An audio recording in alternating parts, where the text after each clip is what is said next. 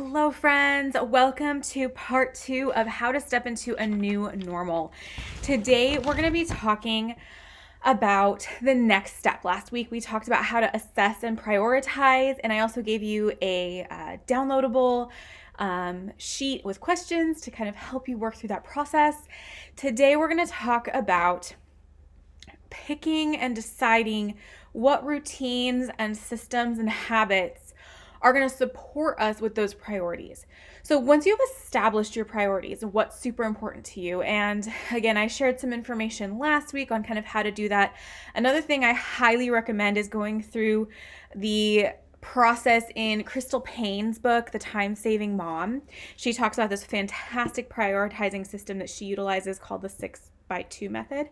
And I'd highly recommend that you get her book, check that out, and utilize that to support you if you are still struggling with setting priorities and things like that. But once we've established our priorities, the next thing to do is to start routines, habits, and systems that align with those priorities. So what does this look like? The very first thing that this looks like that I would recommend is take a look at what habits, systems, and routines you had before the significant life-changing event that kind of triggered all of this reassessment, right? We talked last week about how going through a crisis or a significant life-changing event can trigger us to really reassess what matters in our life, and that's okay and that's normal. And that's actually a good thing, and we should lean in and embrace that. Well, today, the very first thing to do is decide, kind of assess, what did I do or what am I currently still doing that is working? What's working? What systems, what habits, routines? Do you have a morning routine that is pretty dialed in that you're happy about? Maybe an evening routine, maybe something that you do with your kids, a weekly date night with your husband, whatever it is. What's working? What systems really align still with your priorities that you can just kind of keep doing? Maybe make some slight tweaks, but really overall keep doing. And just keep doing those, right? Don't overthink it. Just go like, okay, great, this is working. Let's do it. But then you might find, especially if like there's been a lot of upheaval, that maybe you've kind of gotten out of a lot of your systems and habits, so you don't really know what works anymore. Or there's just a lot of things that really need to shift. Well, in that case, start small. But start deciding what's one thing a day that you can implement to get you closer to implementing your priorities and really aligning with your priorities. So what this could look like is if you know that some of your top priorities are your family, your relationships, so that would be like your spouse and your children. If that's a really high priority, you're going to want to make sure that you're incorporating doing things with that cultivate relationship on the daily. Sally Clarkson has a lot of wonderful resources, tips, ideas, thoughts about how we can disciple our children as moms and implementing that into our daily routine. Maybe you are a business owner and or work for outside the home, and there's things within that are a priority. Maybe homemaking, doing things with your home or your garden. Maybe you're into homesteading and trying to be sustainable and kind of self-sufficient as reasonably possible. All of these things are priorities. So start taking a look at those things and assess, all right, so what are some systems and routines that will support me and help me to make sure I'm actually doing the things I care about? And this could even be something as simple as you love, like I'll give an example for me personally. I love reading. I've been a voracious, avid reader my entire life. Have an English degree, literally picked my degree so that I would be able to read for school because I liked it that much. And I even now am, one of the ways that I help support my family is I teach writing and reading. So like I just love reading, but I found after becoming a mom that I stopped reading for fun. And I just stopped reading as much. Like I was still kind of reading things, but very infrequently. And so I realized I'm like, I love it. It feeds my soul. It makes me happy. So I'm going to start incorporating that in my daily life. And so I started setting aside a set amount of time every day where I get to sit and read. And sometimes it's only 10 minutes because my kids decided that they don't want to be taking a nap that day or whatever. But sometimes it's an hour. But that's part of my daily routine that always happens. What are like some of the non-negotiables daily? Making food for your kids, etc. Figure those out and then start to establish routines. And then with this, start small, especially if you're prone to overwhelm, and also especially if you're in a season that is challenging and you're just coming out of a really hard kind of survival mode season. Do not jump in and think you can do all the things all at once and be fine. You might, but you might burn out real fast and crash and burn and then feel overwhelmed and give up and think nothing's going to work. Okay? So you could actually do more harm than good to yourself by trying to go too fast. So start small. Pick one thing at a time and focus on implementing it for a significant period of time. I'm talking like several weeks to a month. Okay? So like, for example, one of the very first things that I started establishing after coming home from being gone with my daughter in the hospital before she died, and coming home to a new home that we had just moved into the month before I had my baby, was I just started an evening routine. I just started an evening routine, and really the main piece of that was closing the kitchen at night, making sure dishes are washed, counters are clear, there's no food, no visible food, around to attract pests. Just that. And then I kind of threw in, after a few weeks of that, I threw in that I started reading instead of scrolling at night, instead of scrolling like on my phone. I would read a couple chapters of a book. And then I started incorporating other things. So it's stacking. My mom, I don't know I know she learned this from somebody, but my mom calls it easy plus one. So it's basically you do something until it becomes so easy and you don't really think about it. It's a habit. And then you add something. You add the thing to make it a little challenging. And that's how you grow without overwhelming yourself. This easy plus one method.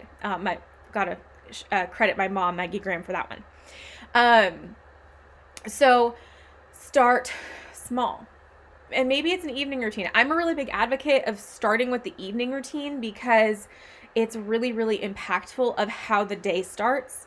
Like your day starts at night before you go to bed. And there's actually, I might do a video about this. There's actually some kind of like biblical foundation to that. If you dig into the Bible, there's a lot of like Hebrew tradition and even how days are laid out in the Bible that show the day begins at sunset, not sunup. So all that to say, I'm a really big advocate for starting with an evening routine, but you pick the low-hanging fruit for you. What is going to work for you?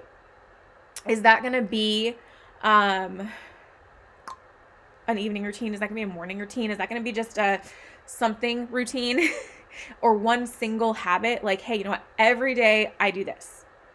Even if, before bed, every day before bed, even if it's like, maybe you're not able to even set up a specific time, but you do one thing that day. Okay. So that's the next step, is you establish these priorities. And I know I'm talking pretty high level right now and I am doing this on purpose because honestly, there's so much fine tuning to like each individual person. I'm not going to give you like a do this, this, and this, and then it's going to work for you. Every life, every person, every family, every dynamic, every situation is so different. And there's so many different factors and variables that there's not a one size fits all formula of do A, B, C, check this list off, and then everything's going to go great. It's not, that's not life. Okay. It's not going to happen. But what I can do is what I am doing right now is giving you some principles and some general direction to go for applying this to start. So you get to decide what routine you're going to start with. Pick a routine that is going to support you in prioritizing the things that matter most to you. What are your values? What are your priorities? Pick a routine that's going to align with that. And this is your permission to say no to things and to stop doing things that don't work. If you have systems, habits, routines that are not serving you and are not in alignment with your priorities, well, then stop doing it. Like, you have permission, cut it off. give up that habit. Even if it's been a habit you've done your whole life or something you've done for a long time that used to work, if it's not working and it's become a burden and it's not serving you anymore, stop.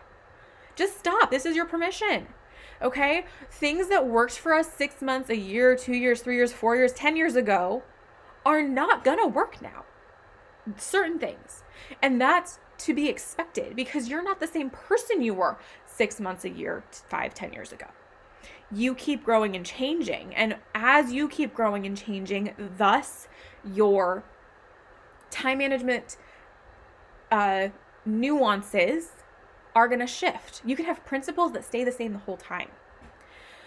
But a lot of people that I've interacted with, and even myself, like time management systems, there's principles, there's these overarching guiding principles that I follow, that people, some of my coaches and mentors and friends follow, that the principles are the same, but what that looks like in each season of life is going to be a little different. So what does this look like for you in this season of life? That's what you get to assess right now. If you would like some support in doing that, please reach out to me.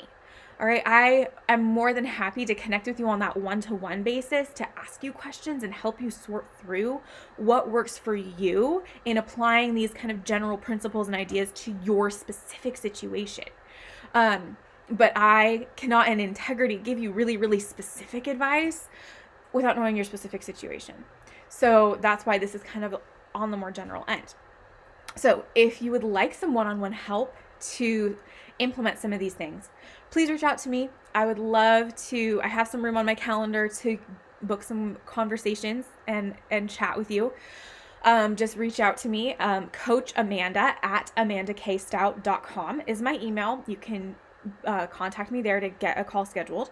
Additionally, if you want some more in-depth, really digging in details on creating routines and systems and kind of just like regaining control and mastery over your life and how you manage your time, I'm currently running a sale on my Master Your Life course. It's a 12 weeks course, but it's self-paced. You can take 12 weeks, you can take 24 weeks, you can take 12 months.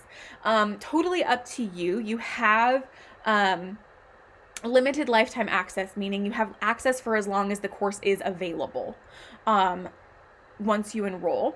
And it is at a 67% discount right now. It's only $97 for the self-paced course. There is also an option to enroll in the course and get one-on-one weekly coaching for only $9.97, and that is like also a 67% off. So huge deal happening right now this month, the month of April. You can click the link in the comments to get more information on that. But but for now, the big takeaway from today's conversation that I'd love for you to make sure you take away is pick a routine and start implementing it. Just one. Start small. You've got this, and I'll talk to you later. Bye.